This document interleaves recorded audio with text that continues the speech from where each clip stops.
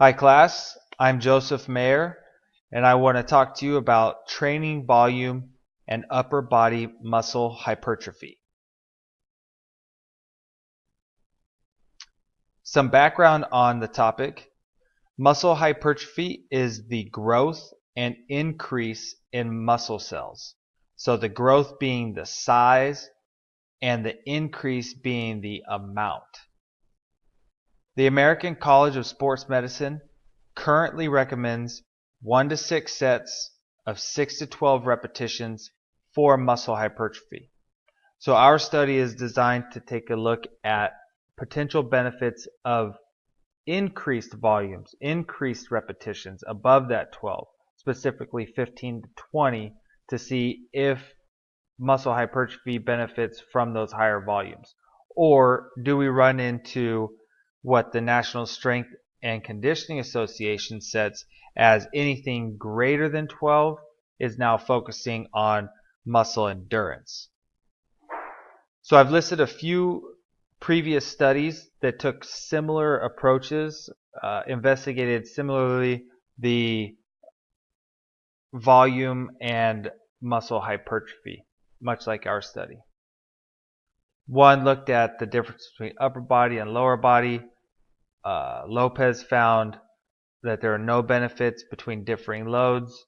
And then we had investigations of age-related differences, gender-related differences, and then the muscles being trained, and specifically the pectoralis major on the last one.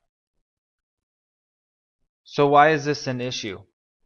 Well, this can be an issue if the ACSM is setting the guidelines at 12 where there is a potential benefit of being in the 15 to 20 range.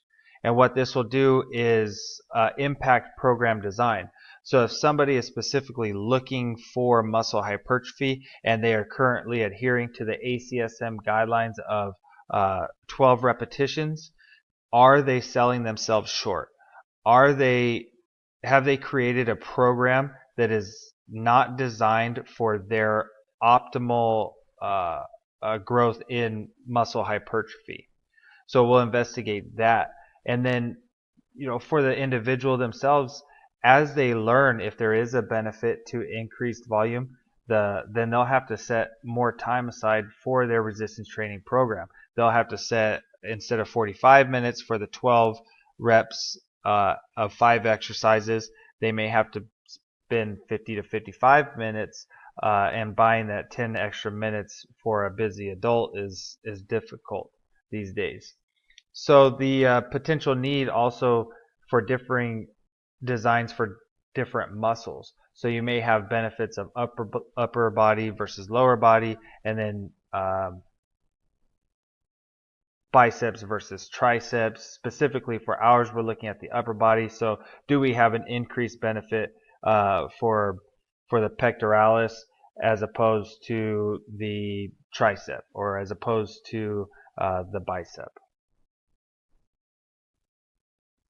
So the question is, does an increased training volume have a positive effect on muscle hypertrophy?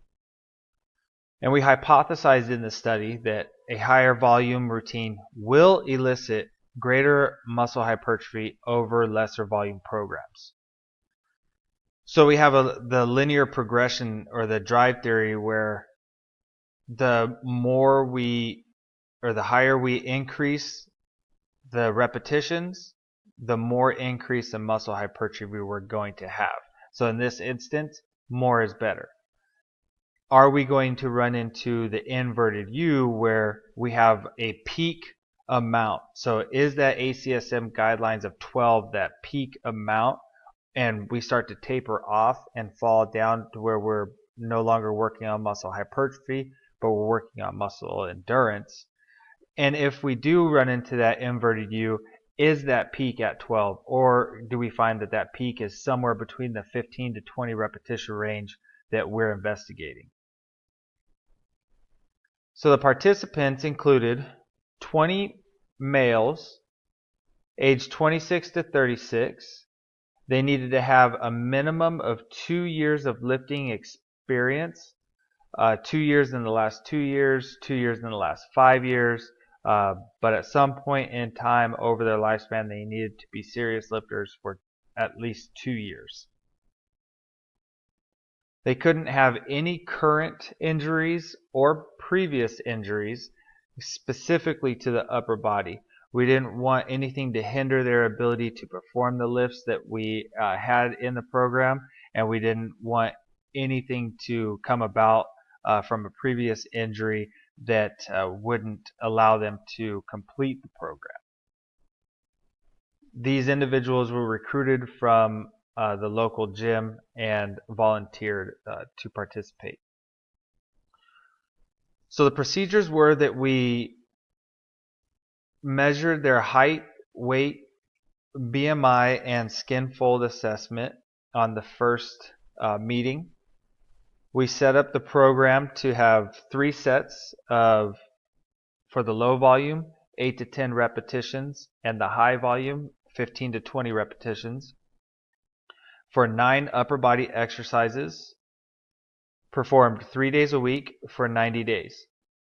So participants must have attended 90% of the workout sessions in order for them to be successful, or our results for us to feel that our results were accurate. And the workout sessions were supervised. We wanted to make sure that the lifters were safe, that they were performing the accurate lifts, that they were performing the correct quantities of repetitions for their group. They couldn't have any additional workouts throughout the program, and then no additional ergogenic aids were allowed. So specifically anabolic steroids and testosterone boosters. So at the completion of the 90 days, we took a second measurement and checked for a decrease in body fat. We took our findings and plugged them into the one-way ANOVA. We set the alpha level at 0.05, with our constant dependent variable being muscle hypertrophy and our nominal constant independent variable being training volume.